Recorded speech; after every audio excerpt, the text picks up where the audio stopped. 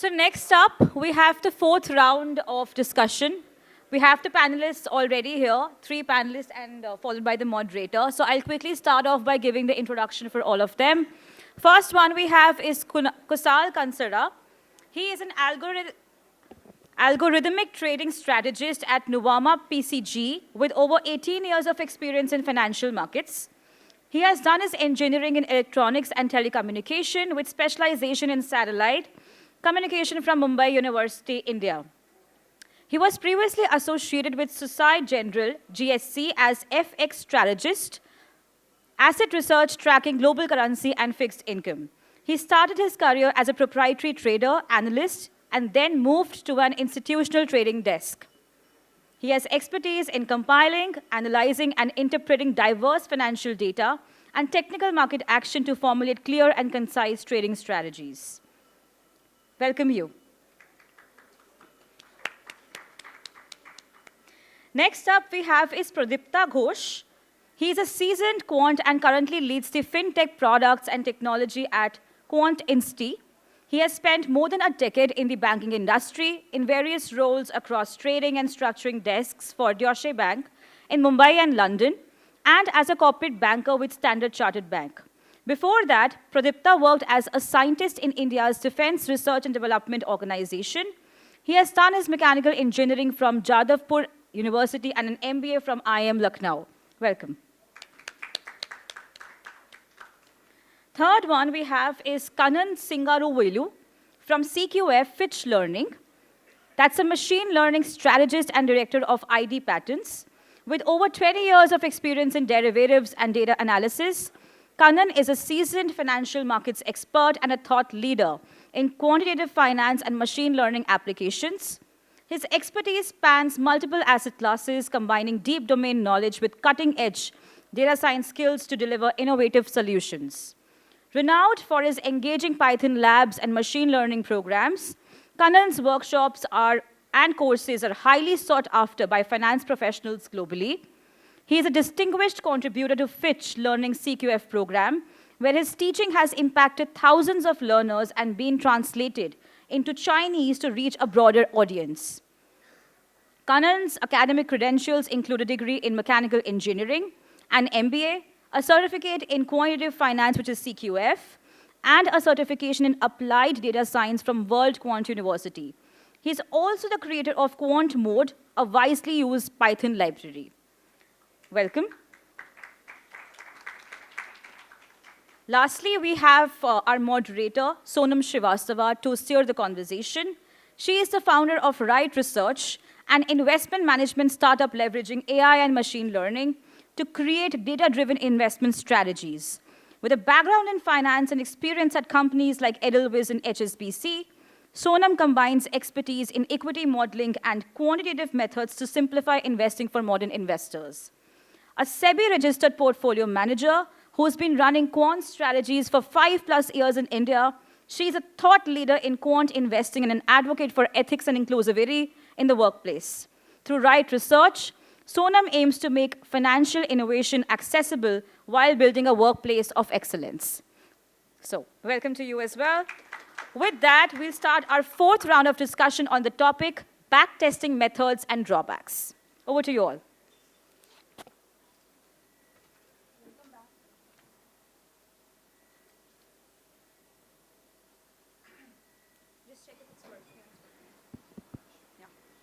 So welcome back, everyone. After lunch, I think this is the first session. And it's an interesting one. And you have got a very diverse set of people on this panel. We had a chance to catch up before this. And the topic itself is also very interesting. Before we start, I would love to know, how many of you actually do backtesting so that, we understand if we should keep this complex or easy? Yeah, that's what I thought, that this audience is very advanced. So we'll start off by the first question on backtesting, that is backtesting actually scientific or is it an art? Do you think that, is there any actual rational reason, and does it justify all the effort that you put into backtesting translating to real application, or is it just sort of simulating something artistically.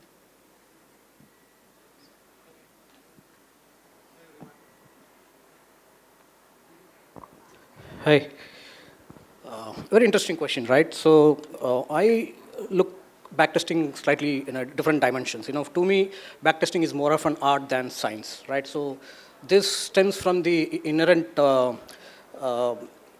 analysis of judging the subjectivity that is involved in picking up the right parameters, right strategies, right? All of you do backtesting, and then all of you pitch your ideas to the client, right? So to the client, how do you pitch your results at the end of the day, right? That itself is an art than science, right? While the tools and the techniques might be mathematically involved, statistical driven, or the computational methods are largely, science.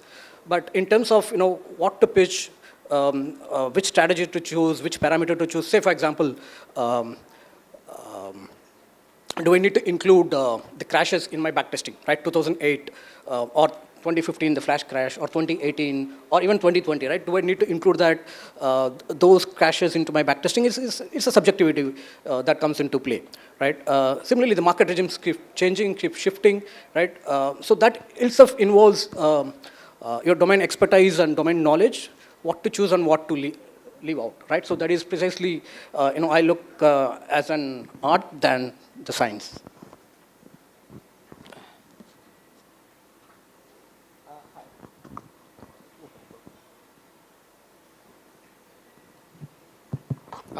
Yes, so I think I'll agree with Kanan. So essentially, backtesting is a scientific method. But just like any scientific method, how you implement it, that is the part where the arts come in. So that is my short answer. That's really short. I think we'll have more to discuss on this later. Hi. So I think it is intersection of both science and art. Science partly because when we do data modeling, hypothesis testing, statistical analysis, it's more of science. But risk mitigation, data validation in terms of when we go live, it's more of an art and comes out of experience. So it's an intersection of both science and art. No, definitely. I think in the backtesting process, sometimes you use your own imagination along with the stats, right? That's why it's a combination. See, I also would love to know what are different types of backtesting that you guys do. See, I think many people do event-driven backtesting. Many people just do vectorized backtest. Some people would look at scenario analysis. Somebody would do walk-forward analysis. So I would love to explore what are the different types of backtesting, if you could sort of illuminate the audience. Okay, let me start. So in fact, there are almost a dozen backtesting methods that is possible, right? All of us know the one that you listed right now, right? But I will leave the traditional kind of a methods aside. Personally, what I do is I kind of do a walk forward kind of an analysis, which is slightly much more advanced. I'm presuming all of you would have played the snake game, the Nokia snake game. How many of you have played, right? Yeah, almost everyone, right? So backtesting is similar to that, right? So I have my training data set, I have my test data set, right? I do some kind of a cross-validation kind of a time series analysis, wherein my the in-sample data keeps increasing, right? Similar to the Nokia snake game, and then my test sample is remaining constant. Let me take an example, right? I wanted to backtest 2 years of data. First 9 months, January to September, is my in-sample. October to December is my out-sample. In that next split, I take the entire 12 months, January to December as my in-sample, and then take the Jan, Feb, March of next year as my out. So this keeps increasing. The reason why we do this is much more realistic, because you kind of avoid the data slippages, the data leakage, right? And then this is much more robust and realistic. Right. The other one I personally do, right, I do a lot of prototyping, is the parametric optimization, right, which is part of backtesting. There's something called conditional parametric optimization. I'm not sure how many of you are doing that, right? All of us know RSI 7030 is a number that we do, right? But it's 7030 is sacrosanct. The answer is clearly no. It could be 80-20, it could be 60-40, right? How do we know which number that I need to choose? This is where the parametric optimization that comes in, so that I don't fix the 80-20 or 70-30. Let the model throws me the number, and then that is much more adaptive to the trend, right? Yeah, I can keep going on to that, but let me leave the rest to Pradipta and Kushal, right, on the rest of those. Do you use a lot of machine learning because of which you need a lot of data? Yes, I do a lot of machine learning. In fact, the other day I was simulating like a 4 million parameter, to backtest options, right? LLM only. You'll make an LLM when you backtest. So I kept doing a lot of this stuff, but yeah, the rest much later. Yeah. So I haven't seen anyone doing, all those randomized k-fold backtesting. I haven't seen it. I'm sure it is possible, but I think to keep it simple, mostly the one shot and walk forward is the one I see. I also ask people to consider them. And as for the event-driven and vectorized backtesting, I think it's not a question of one versus other. It is question of when to do what. So if you are exploring some ideas at a start level where you don't have any conviction, you really don't want to invest your time in building a proper event-driven backtesting code. So you just reject. So the main purpose of backtesting is rejecting ideas, by the way. So you reject your ideas using vectorized backtesting, and then once you know that I have something here, probably I'm getting more serious, then you go for the event-driven, because ultimately when you have to treat that, it has to be an event-driven system. That makes a lot of sense. Yeah. I think by far, walk forward has worked for me, and that's how I keep it simple. That's it. I would like to add one more. The Monte Carlo simulation, right, since none of you have talked about, it's very robust, right? This comes from the fact that in statistics, there are two broad categories, right? We have descriptive statistics and inferential statistics. So descriptive statistics is largely like the mean, median, modes, how do you read the distribution of data. Whereas inferential statistics is very interesting, right? Because I have a population, you draw a proper subset of that sample, and then you say this, okay, based on the behavior of the sample, you infer the population, right? And this works only if you pick up the sample at random, right? And that is why Monte Carlo is much more robust, because we draw the random subset. We generate the random numbers. I still remember my very first backtest is on gold futures, right? When gold option was not in India, right? And I was actually managing a structure book on gold, right? And then we used to do the Sobol sequence all by ourselves, and then trying to generate random numbers and trying to price options, right? The reason why Monte Carlo is robust is precisely for this reason, because we don't know what is the possibility or the environment, the universe, right? The universe could be anything, right? So in machine learning, especially in reinforcement learning, we say this stock market might be different from Brazil to India to US, right? But it's end of the day, it's a stock market, right? Similarly, every environment is different. The universe is vastly infinite, right? We don't know which of the scenario will play out tomorrow, right? 2008, until it happens, no one knows it will pay out, right? 2020, no one in the widest dreams imagine that it will happen, right? So all of these are uncharted territory, and only Monte Carlo could able to capture. So in a sense, you stimulate the asset return and try to fit in your strategy, backtest your strategy based on the simulated like Monte Carlo returns, and then you kind of observe the output, right? So that is, which is one of the simplest and much more robust, I would say. I think it also varies on the type of instrument on which you are testing. For example, Kusal, you sort of work on options a lot, right? Yeah. So it must be a different thing that you sort of do. Absolutely. It also depends upon the liquidity of the instrument that we are trading. So like Pradipta said, there is no single answer to that. Yeah, whatever works for you. Yeah, sometimes you also have to use your imagination, because there might not be so much data in the illiquid options to sort of work with. Illiquid options are completely different game altogether. Yeah, and then therefore you might use the Monte Carlo stuff. Right. Very interesting. And obviously, see, we all love backtesting. I think all of you guys must be spending a major chunk of your life backtesting. But what are the limitations of backtesting? Why do you think that in some scenarios backtesting might not be effective? So what are some of the limitations? And you have to give me larger answers. So I think some strategies you cannot backtest.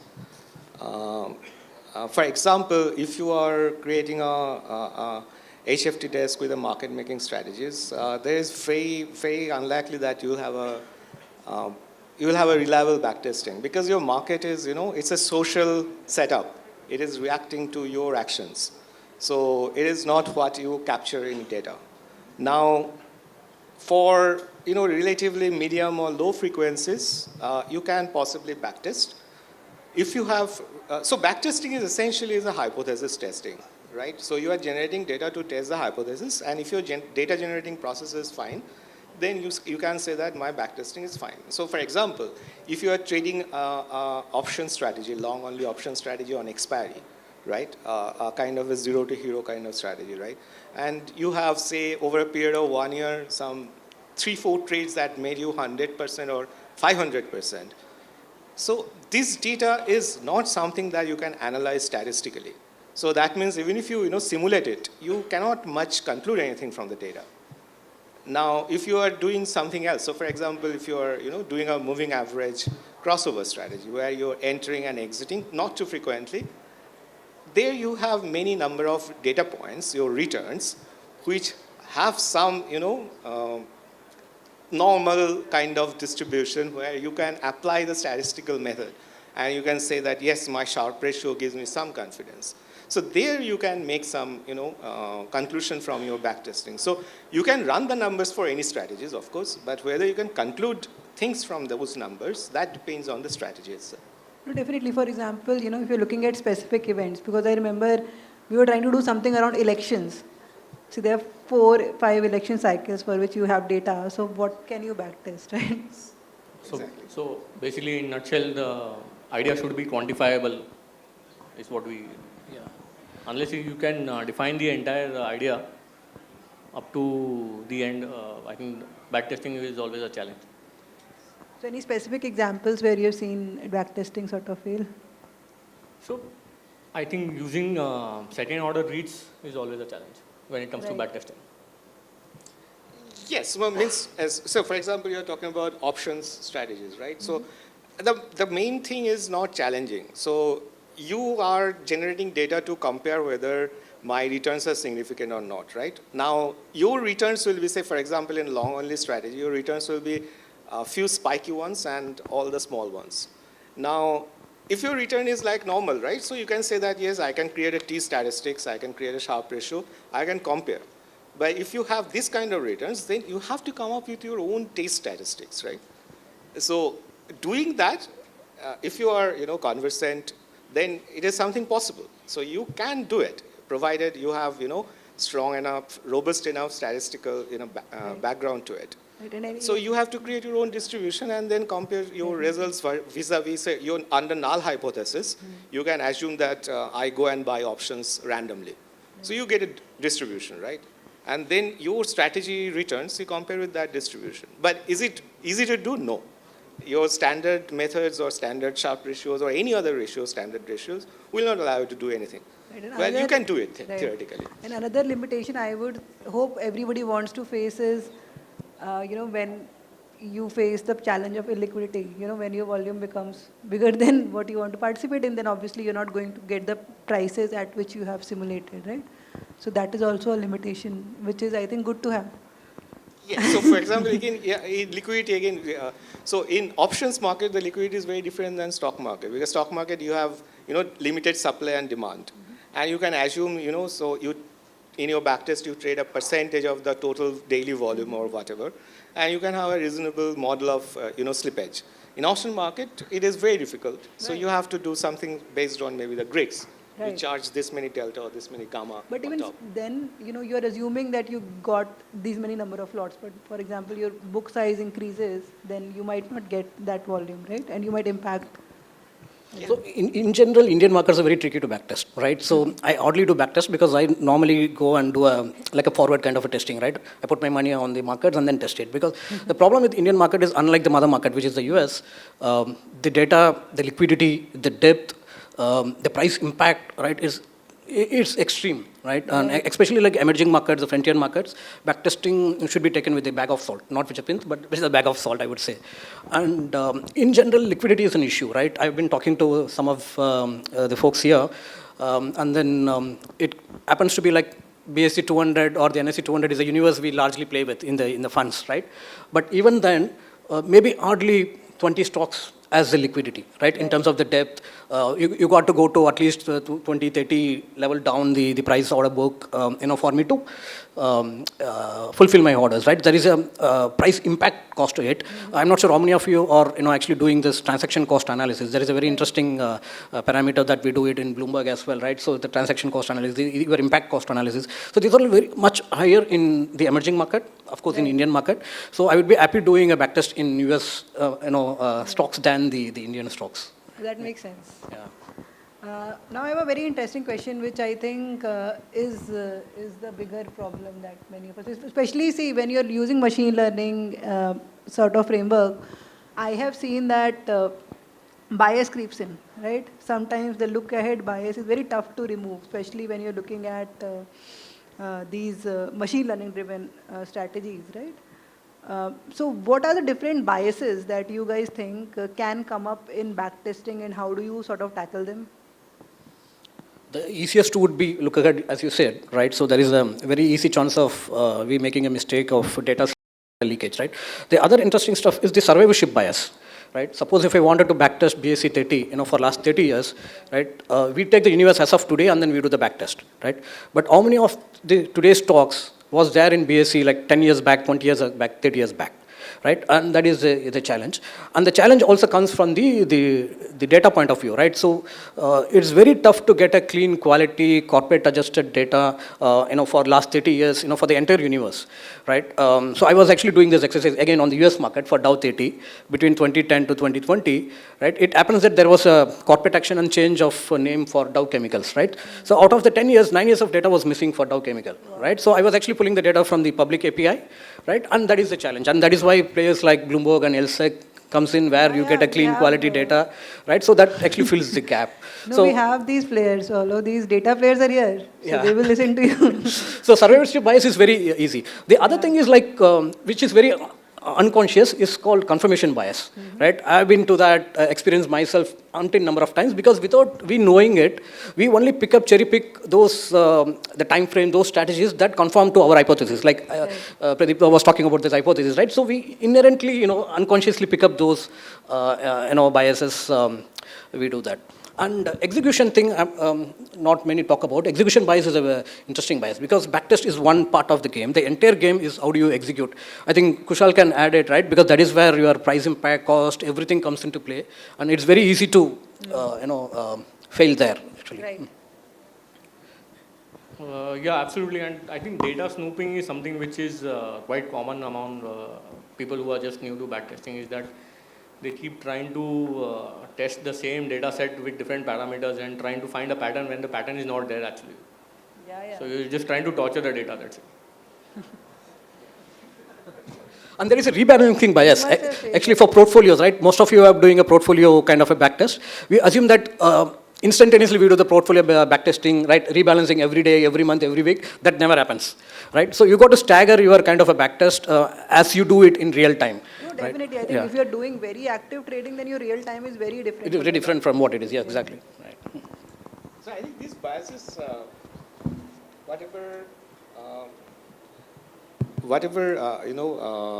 is already discussed. So those biases, I think most of us here in this room know. The question is that how you handle them, right? And these kind of biases, of course, if it is happening for price, probably you already know it. You are doing it anyway. But it's more common, I believe, for the non-price data, because price data has a very specific timestamp associated with it. But for example, in quantamental, you are suppose doing a filtering based on, say, the sales growth, or maybe the P by E ratio. But the P by E ratio you may get from your data source may have been revised by the time you are doing the analysis. So many data sets doesn't give you this, that what are the, point in time data. That at that point in time, if you look ahead, whether you get that number or not. So it is a very big pain to, create this data set. And I think if you can, then probably it's a great asset for your backtesting effort. And I personally will be very, very happy to even pay for this kind of data set. So point-in-time data set is very important if you are to avoid any look-ahead bias. That also means that adjustments that you do incorporate. So you cannot use adjusted data throughout your backtesting history, because the adjustment happens after a certain date. Before that, you are seeing, say, the stock price is 2,000. After that, it is 200. Some split happened, right? But you cannot take that 200 base adjustment throughout that period, because that will give you a look-ahead bias. Right. I think one big bias that I think Kusal has briefly mentioned is the overfitting bias, and that is the biggest problem. So what are the type of things you guys include in your backtest to reduce overfitting is what I would like to know. What we exclude is that we exclude optimization. Including is different things. So the reason we exclude optimization is that overfitting is essentially you are trying to, if you are doing optimization, you are running multiple backtests on the same data set. Mm-hmm. And I think there are a few very important concepts. So for example, haircut sharp ratio that says that if you run n number of backtesting on the same data set, and if you get a sharp ratio of X, what should be the adjusted sharp ratio? And those adjustments are very severe. It can even become negative. So optimization is something you should be, asking yourself very seriously whether we need to do that. And then, of course, the feature selection and the model selection, that can also have a, even for a very seasoned professional, it can lead to data leakage. Obviously, the one big thing is splitting your testing and training, and how do you do that, right? That is a big question that you guys... Yeah, so there is no right or wrong answer to this. It's a gray area, right? So 70-30, 80-20, but I normally don't go below anything less than 30, right? And again, the snake example that I told you, right? You kind of, do that analysis multiple times to kind of do that. But just to add what Pradipta said, in terms of avoiding overfitting, right? So two important aspect is the drift, right, that we need to take care of. Because most of us say that, okay, I did a backtesting, it works phenomenal, but when I put that in production, I'm not getting the same results, right? Everyone would have got the same. The problem here is because there is a different distribution that we have fitted, we have traded, right? But when you're going to the outsample data or putting that in the production, the distribution of the data has changed, right? So you should have your data set consisting of all possible market regimes, your bull market, your bear market, your range-bound market, all types of segments, right? And so this data drift is very critical, and there is a feedback loop. You need to consistently update your backtest and then, address the data drift. The other one is the model drift, right? So assuming that I'm building a momentum-based backtest, right? So the model itself is changed because morning we had this discussion about the various momentum types of strategies, right? There is an overlap momentum which is coming up. There are other types of momentums. Then we have momentum crashes, right? So the model itself is changed over a period of time. There is a regime shift that is happening, right? So we need to take care of the model drift as well, right? So this is like a feedback loop. Continuously one has to kind of, do that. No easy answer, but this will effectively reduce the overfitting, I would say. So I think one thing, the simplest thing that one can do is do sensitivity analysis of parameters.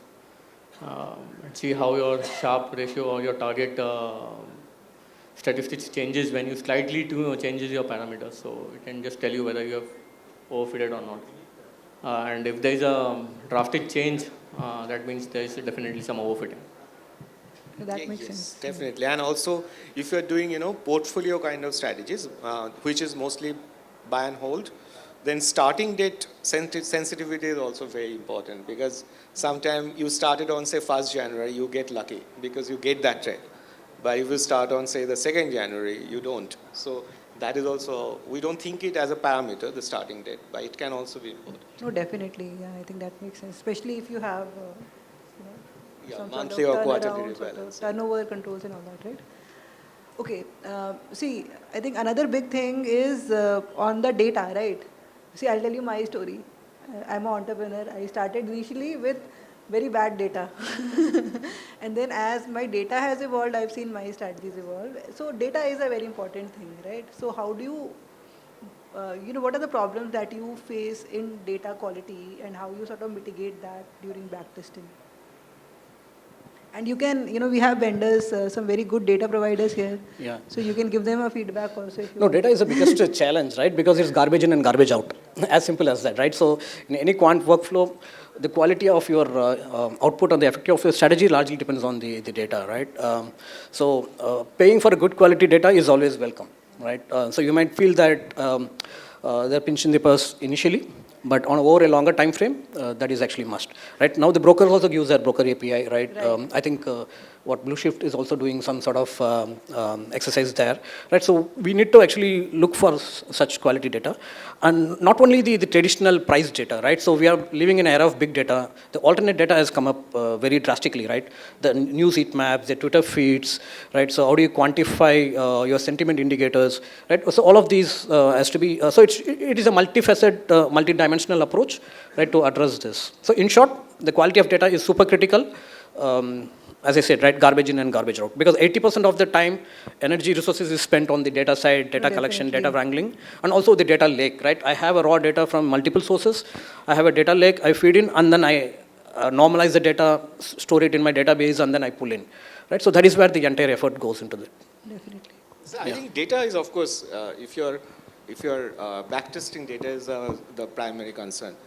Now, before we say that what data, we also need to see what sort of data we need for the backtesting. So if you are, if your testing frequency is X, your data frequency has to be, few order greater than X. So if you are doing a close end of day kind of strategy, your data frequency should be at least minimum minute level. Similarly, if you are doing, minute strategies, ideally it should be tick by tick data. Because otherwise you'll be, missing many things when you are simulating.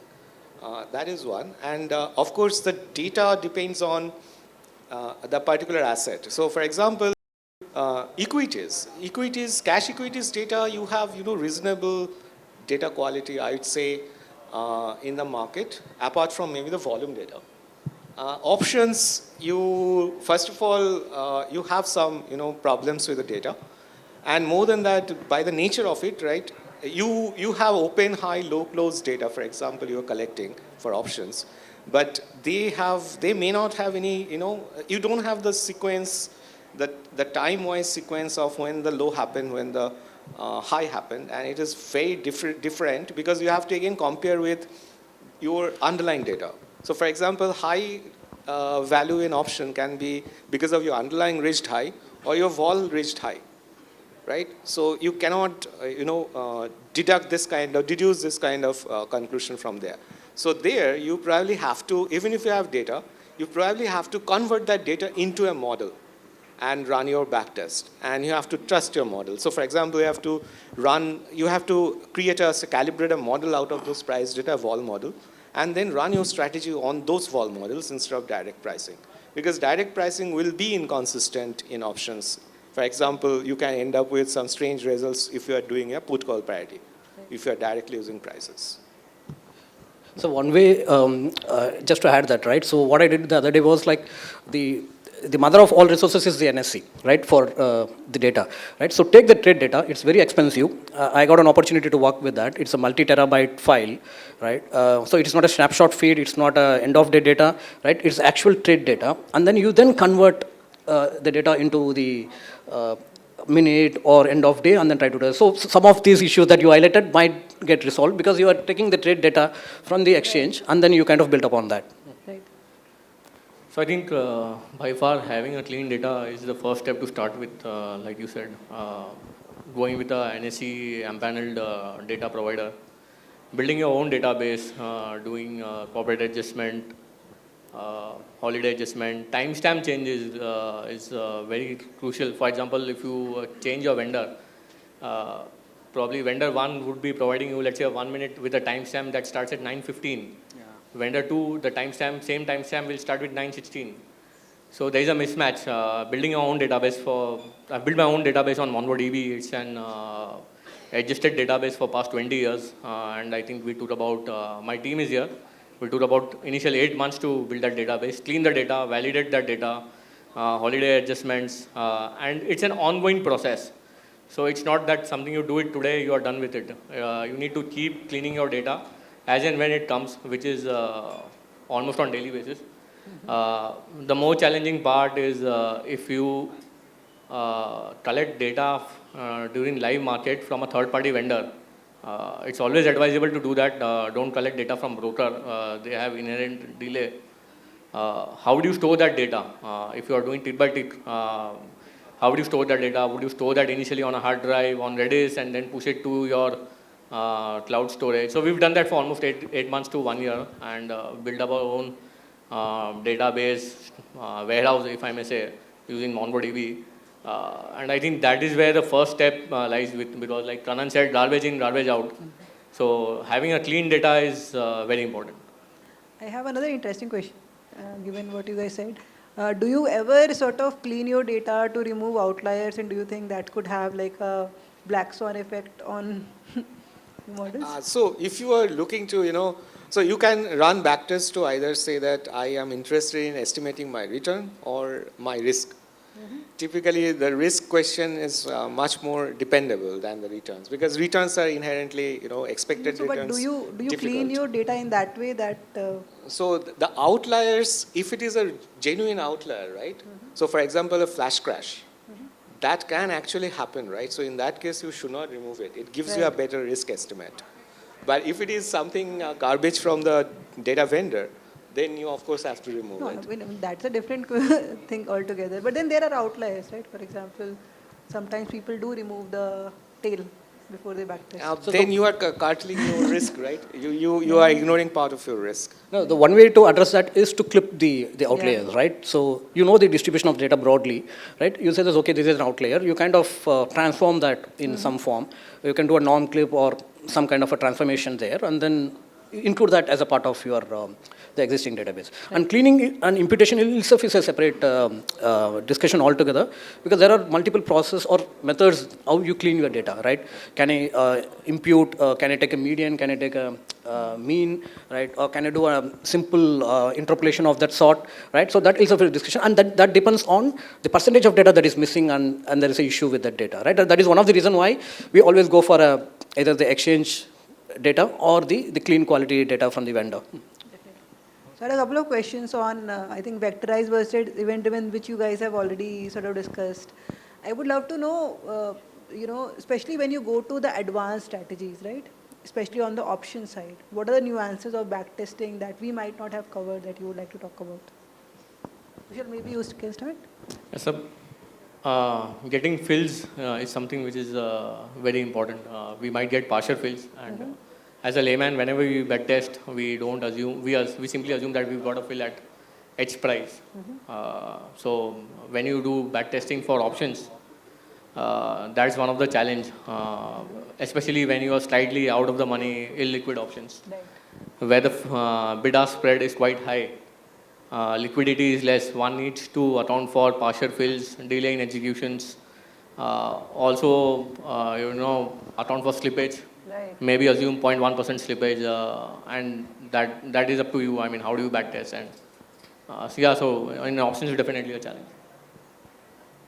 So option is, of course, it's a problem, because it is very difficult in my experience to estimate the capacity of the algo for options. You can have some fairly good idea of algo capacity for futures on cash.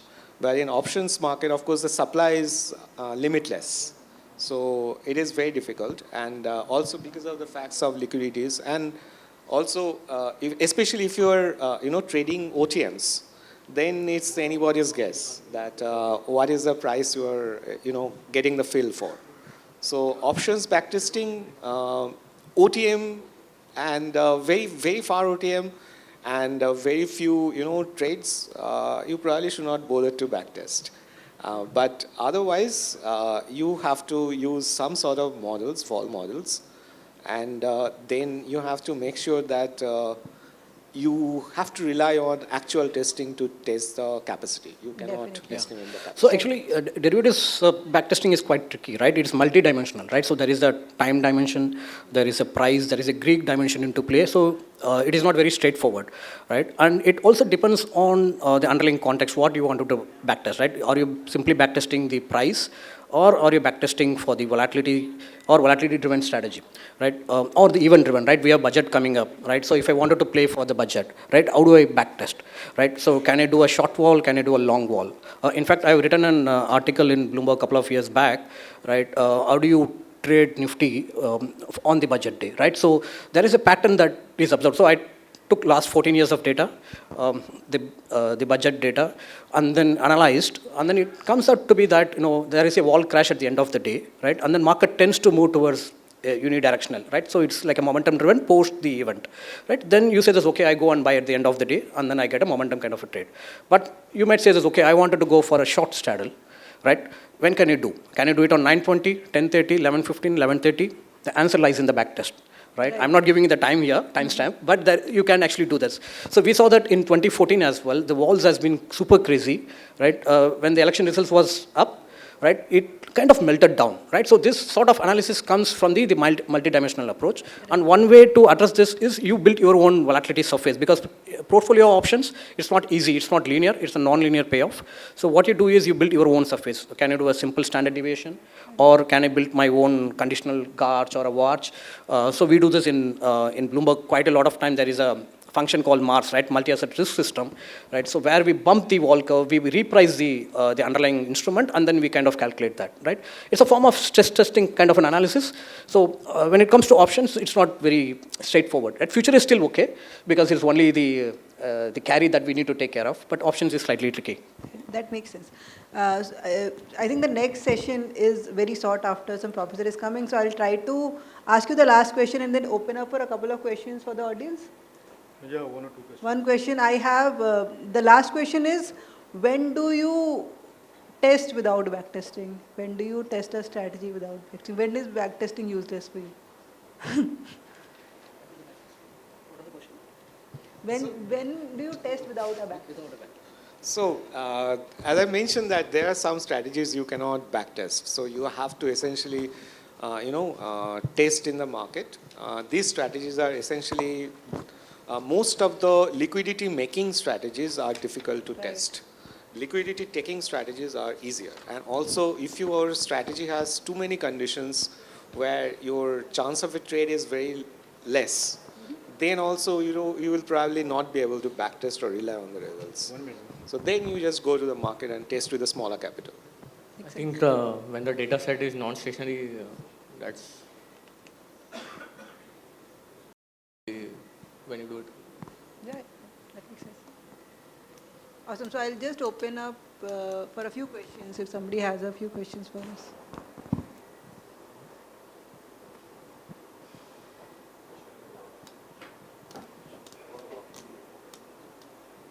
Hi. When it comes to backtesting and using parameters, like how do I approach that, that I've used way too many parameters, or how should the approach be? Like I call it the wedding problem. Like if I go to a wedding, I mean, my hunger could have been satisfied by just eating dal chawal.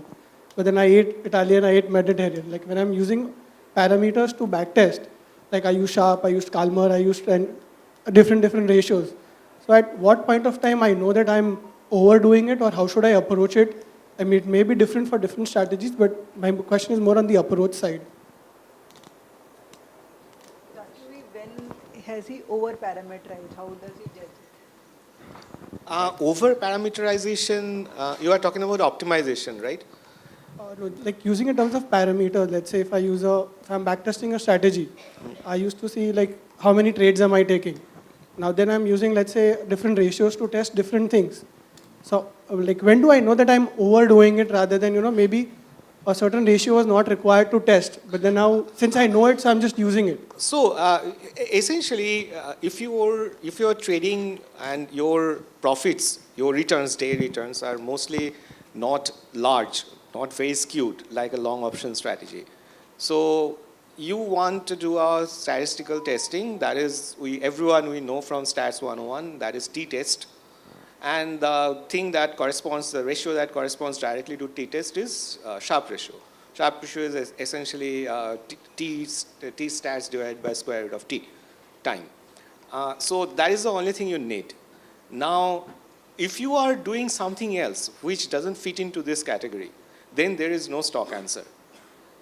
Another one that you can do, it is kind of a non-parametric, is you plot your equity curve and fit a simple straight line. And you see that what is the deviation, the average deviation from the straight line. So this is essentially tells you if you essentially compute the R square. It tells you that if R square is very close to 1, then you have most of the time making some small amount of money.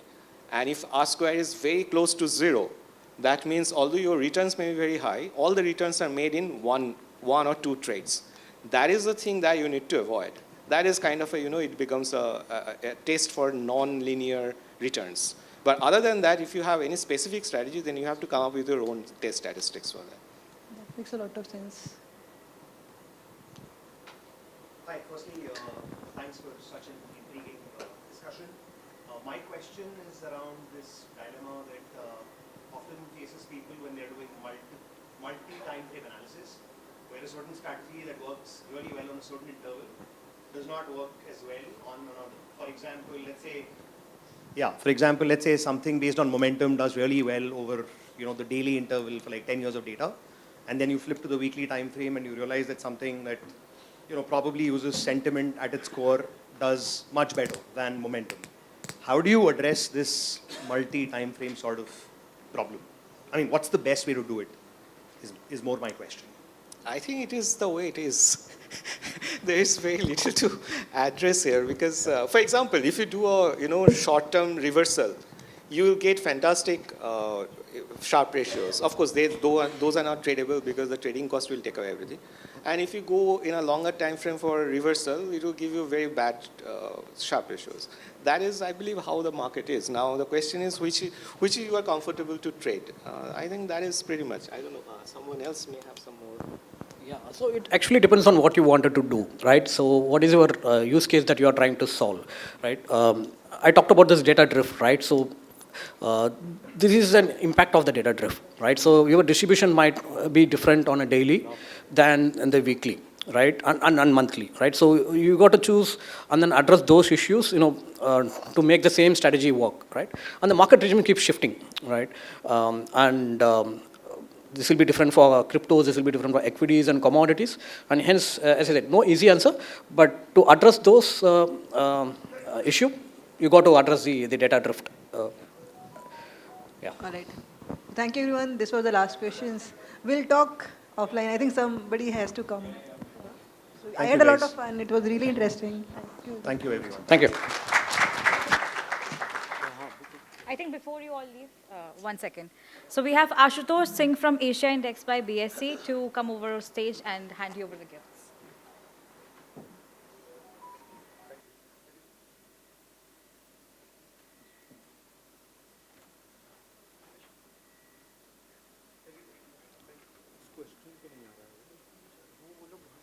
I think I will.